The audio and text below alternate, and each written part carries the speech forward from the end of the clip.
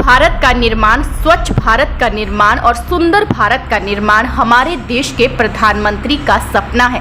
इस सपने को लेकर हमारे देश के आईएएस अधिकारियों की क्या सोच है, इसके क्रियान्वयन में कैसे लगे हैं, उनको क्या क्या परेशानी आ रही है, फिर भी नए भारत के निर्माण में लगे हुए हैं। इस बात की जानकारी लेने के लिए हमारी टीम चंदौली जनपद के आदर्श नगर पंचायत चकिया में गई, जहां पर प्रशासनिक अधिकारी के पद पर ज्वाइंट मजिस्ट्रेट प्रेम प्रकाश मीना है, जो काफी चर्चित रहे हैं और जहां जहां भी जा रहे हैं अपने कार्य के बल पर सुर्खियों में रहते हैं। उनसे बातचीत की हमारे संवाददाता चंद्रभूषण चौबे ने।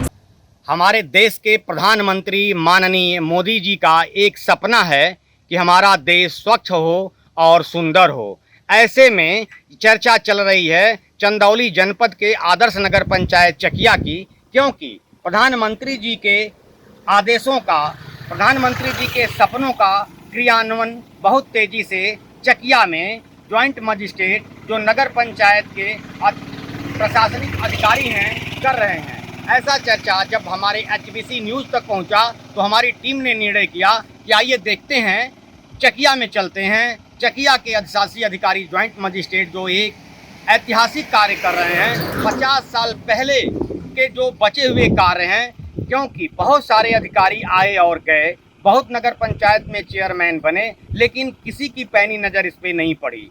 चलते हैं, क्यों नहीं हम चलें, उन्हीं ज्वाइंट मजिस्ट्रेट से बात करें, उनके शब्दों में उनका क्या है, वो प्रधानमंत्री जी के सपना को कैसे साकार करने में लगे हुए हैं। क्योंकि हम सुंदर चकिया को, स्वच्छ चकिया को, ऐतिहासिक चकिया को किस रूप में देखेंगे, उनके शब्दों में सुनाते हैं ज्वाइंट मजिस्ट्रेट प्रेम प्रकाश मीणा के शब्दों में।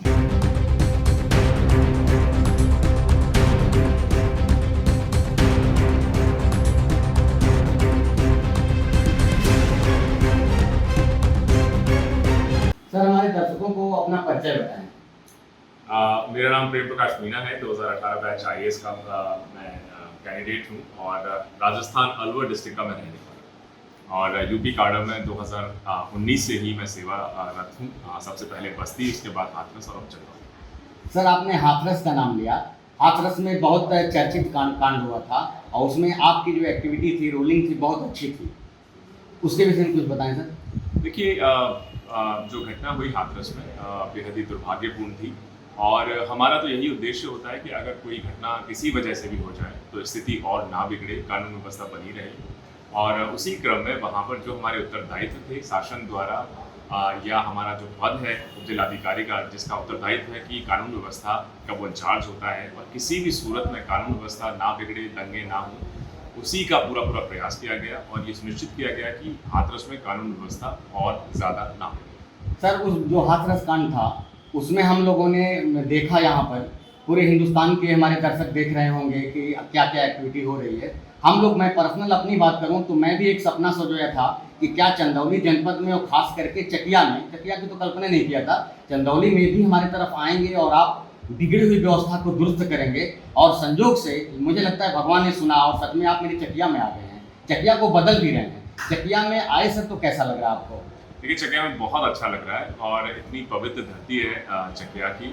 और ये तो जो हमारी, मैं कहूँगा जो हमारी नौकरी है, जो हमारा पेशा है, ये इस तरीके का है कि जहाँ भी प्रशासन शासन हमें भेजेगा, जो भी उत्तरदायित्व देगा, उसका निर्वहन हमें करना ही है। और हमेशा प्रयास रहेगा, चाहे कहीं भी हो, चाहे बस्ती हो, हाथरस हो, सकलडीहा हो, चकिया हो, चंदौली हो, कि जो भी हमें काम मिले, चाहे एसडीएम के तौर पर, चाहे प्रशासनिक नगर पंचायत चकिया के तौर पर, उसको पूरी निष्ठा के साथ, ईमानदारी के साथ निभाया जाए, लोगों के साथ मिलकर काम किया जाए और जो भी अच्छे से अच्छा हो सकता है कस्बे के लिए, शहर के लिए, तहसील के लिए, उस कार्य को तत्काल संपादित किया जाए। लेकिन जनता कुछ है आपके अगेंस्ट में कुछ बोलती है, तो ऐसे में जो आप पढ़ लिख कर आए हैं और समाज को सुधारने के लिए आए हैं, इन लोगों की बातों को सुनते हैं तो कैसा लगता है?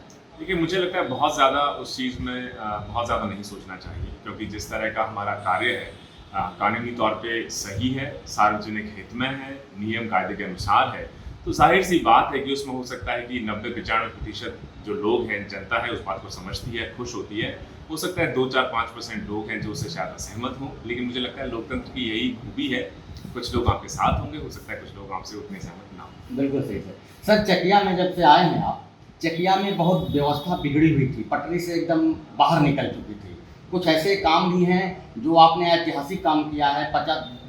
10 बीघे ज़मीन है कहीं कहीं, और वो 50 साल क्यों कह लें या कहें, हमारा देश जब से आज़ाद हुआ है बहुत सारे अधिकारी और आए और गए, उनकी कोई भी पैनी नज़र इस पर नहीं पड़ी।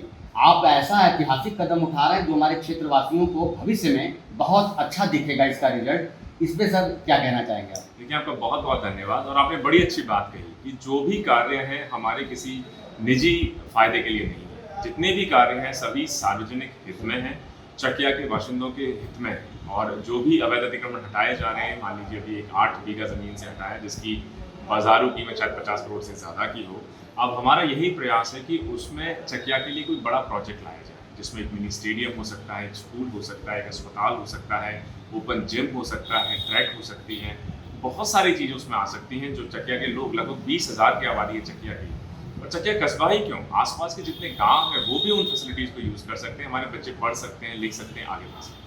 सर इसको करने में आपको कितना समय भी और चाहिए? देखिए, अभी हम उस कोशिश कर रहे हैं कि उसकी हम DPR बनवाएं, ताकि एक पूरा एक इंटीग्रेटेड प्रोजेक्ट हम बेसिकली डेवलप करके शासन को भेजें।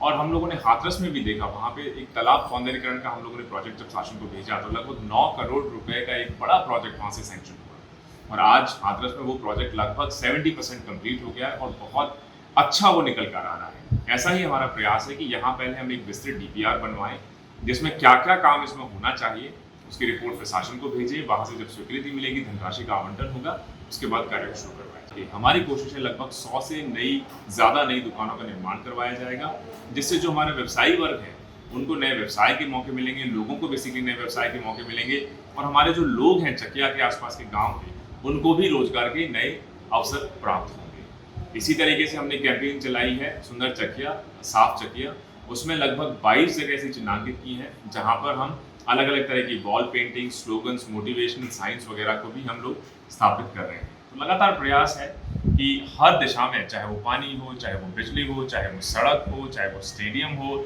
शिक्षा हो, चाहे व्यवसाय हो, रोजगार हो, जो भी नगर पंचायत की तरफ से कार्य किया जा सकता है उसको बड़ी तेजी के साथ हम संपादित करें। सर जब इस समय जनता दर्शन में जब आप बैठते हैं जनता से मिलने के समय में, तो बहुत सारी लंबी कतार लगी रहती है, संख्या बहुत ज़्यादा है। उन लोगों से, कुछ लोगों से मैंने बात भी किया है, वो बताएंगे कि किस आशा के साथ आपके साथ आ रहे हैं। सर मैं ये जानना चाह रहा हूँ कि चकिया में किस प्रकार की समस्या लेकर आ रहे हैं आपके पास लोग? देखिए, मैं तो कहता हूँ कि ज़्यादा लोग आ रहे हैं, मुझे लगता है कि इससे खुशी की बात मेरे लिए कोई नहीं हो सकती। इसका मतलब है कि लोगों को उम्मीद है कि अगर हम जाएंगे तो हमारी सुनवाई होगी, और अगर न्याय संगत होगा, सही काम होगा, तो वो काम बिना कुछ दिक्कत के किया भी जाएगा। तो मुझे लगता है एक बड़ा पॉजिटिव साइन है, क्योंकि बहुत से लोग हैं जो आना इसलिए बंद कर देते हैं, उनको लगता है कि प्रशासन शायद उनको उतना सहयोग नहीं प्रदान कर पा रहा है जितनी उनकी अपेक्षा है। ज़्यादातर जो मामले हैं या तो वो राजस्व संबंधी है, मतलब किसी की प्रॉपर्टी, खेत से, मेड़ से, या किसी की बंटवारे से, इन चीज़ों से लेकर संबंधित हैं। कई सारे जो मामले हैं जो विकास कार्यों से संबंधी हैं, किसी को आवास नहीं मिला, किसी को शौचालय नहीं मिल पा रहा है, किसी को पेंशन की दिक्कत है, कुछ मामले हैं जो नगर पंचायत से संबंधित हैं, और बाकी जो मामले हैं किसी को बिजली कनेक्शन की दिक्कत है, किसी को पानी की समस्या हो रखी है, कहीं सड़क टूट गई है, या कहीं बाढ़ का जल जमाव हो रखा है, तो भिन्न भिन्न तरह की समस्या। देखिए, ये तो किसी भी पेशे को आप ले लीजिए, किसी भी नौकरी को ले लीजिए, किसी भी व्यवसाय को ले लीजिए, उसमें बहुत सारी चीज़ें हैं सरलता से हो जाती हैं, कुछ चीज़ें हैं जिसमें दिक्कतें आती हैं। मुझे लगता है ज़िंदगी के यही रंग है, अगर सब कुछ सरल हो गया तो ज़िंदगी मुझे लगता है बड़ी पूरी हो जाएगी। सर चकिया को सुंदर बनाने के लिए क्या कुछ सोचा है आपने, कैसा चकिया बनाना चाहते हैं? देखिए, हमारा पूरा प्रयास है कि चकिया एक तो बहुत साफ सुथरा हो, जिसके हमने कई कदम उठाए हैं। उसके साथ साथ जो सार्वजनिक यहाँ पे व्यवस्थाएं हैं, सुविधाएं हैं, उनको दुरुस्त किया जाए। जैसे शौचालय यहाँ पर पूरी तरह खराब हालत में थे, यूरिनल्स काम नहीं कर रहे थे, पानी की व्यवस्था नहीं थी, पाइप टूटे हुए थे, वो सारे बदलवा दिए गए हैं, दरवाजे नहीं थे, वो सारे ठीक करवा दिए गए हैं।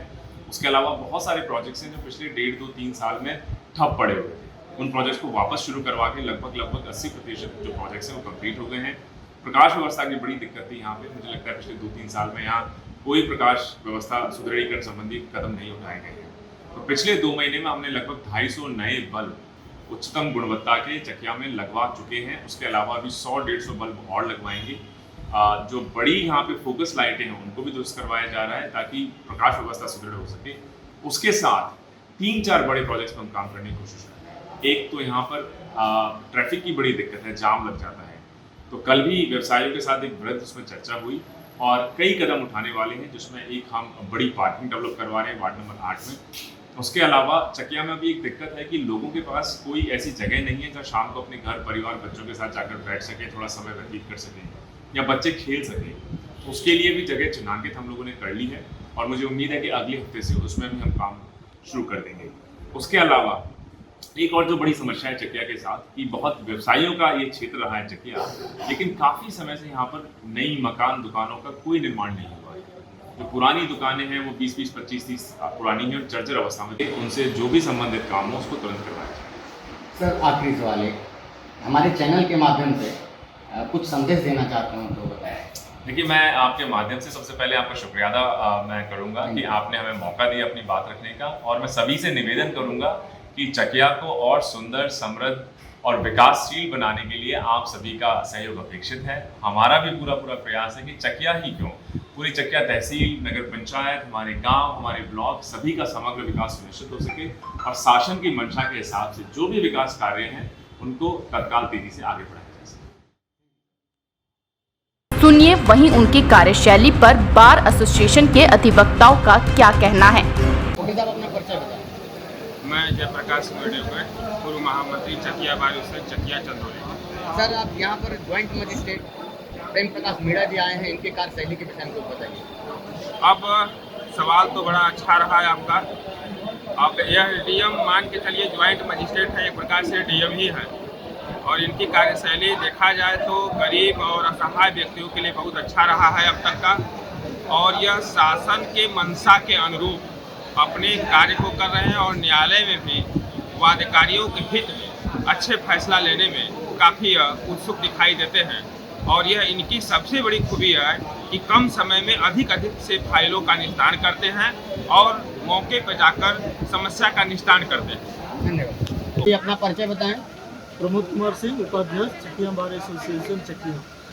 वकील साहब ये बताएं, प्रेम प्रकाश मीणा जी जो ज्वाइंट मजिस्ट्रेट चकिया में हैं, इनकी कार्यशैली के विषय में कुछ बताइए। बहुत बढ़िया सराहनीय, और हम लोगों का सौभाग्य है कि हम लोग उनके बीच में रह करके उनके साथ कार्य कर रहे हैं। हम लोगों का सौभाग्य है। ऐसा अधिकारी पहले कभी सुने थे कि कोई आया था, लेकिन हमारे कार्यकाल में जब से हम यहाँ प्रैक्टिस कर रहे हैं अभी तक कोई नहीं। धन्यवाद। ठीक। अभी आपने देखा ज्वाइंट मजिस्ट्रेट प्रेम प्रकाश मीणा का बयान। उन्होंने कैसा सपना पूरा कर रहे हैं प्रधानमंत्री जी के सपनों को, एक नए चकिया का सृजन करके, ताकि आप कह सकें सच में एक नए भारत का निर्माण हो रहा है। अजय जायसवाल तथा राजकुमार के साथ मैं चंद्रभूषण चौबे, मंडल हेड बनारस, HBC न्यूज़ 18।